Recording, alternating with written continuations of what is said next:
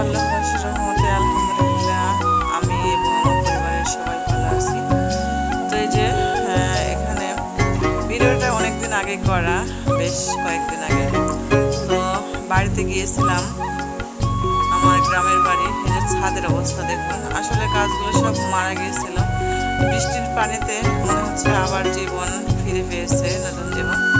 তো দেখুন, আসলে আমার ছাদ বাগানে যারা আগের আমার পুরনো ভিউয়ার্সরা আছেন, আপনারা দেখেছেন কত সুন্দর গাছ ছিল, অনেক রকমের ফুল গাছ ছিল, কিন্তু গাছগুলো সব মারা গেছে পানির অভাবে।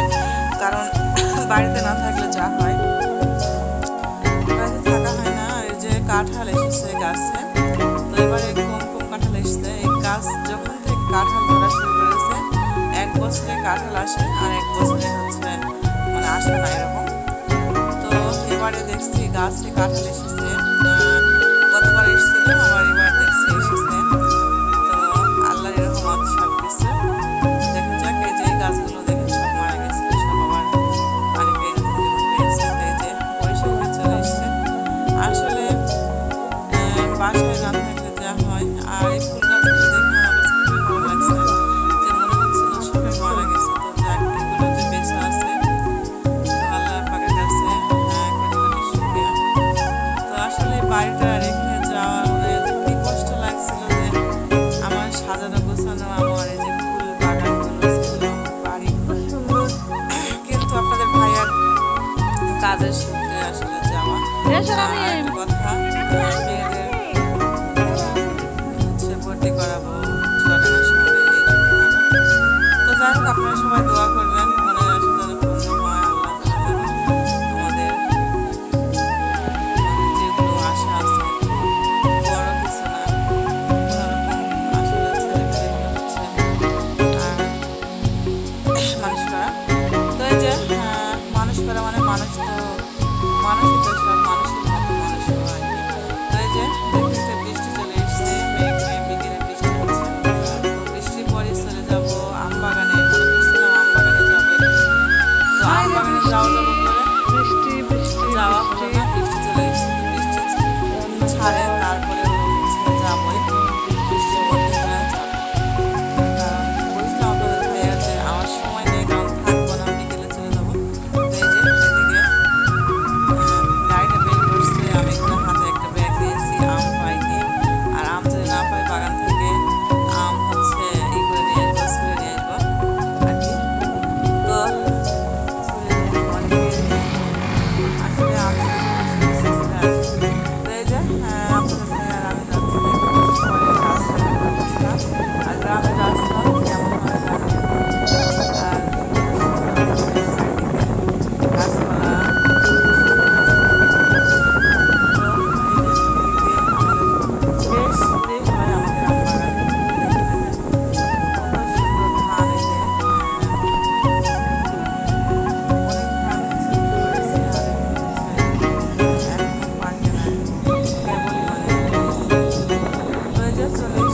বাগানের কাছে। তো ওই যে আপনাদের ভাইয়া গাড়ি রেখে আগে আগে যাচ্ছে একটু ভিতরে।